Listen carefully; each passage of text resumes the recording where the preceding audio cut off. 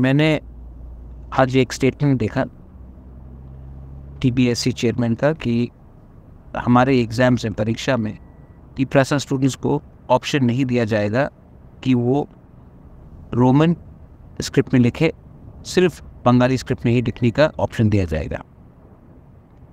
ये आदमी कौन है जो इस ज़माने में हमारे लोगों को नीचे दिखाकर हमारे बच्चे के भविष्य के संग खेल रहा है? इसका जवाब तो देना पड़ेगा। ये राजनीति नहीं है, ये राजनीति नहीं है, ये हमारे बच्चे का भविष्य का सवाल है। अगर आज टीप्रासा एग्ज़ाम्स में फेल होगा तो कल उनको नौकरी नहीं मिलेगा। अगर उनको नौकरी नहीं मिलेगा तो परिवार नहीं चलेगा, तोहफा वही का वही रहेगा। ये हमें सिस्टम से बाहर रखने का एक प्लानिंग रहता है।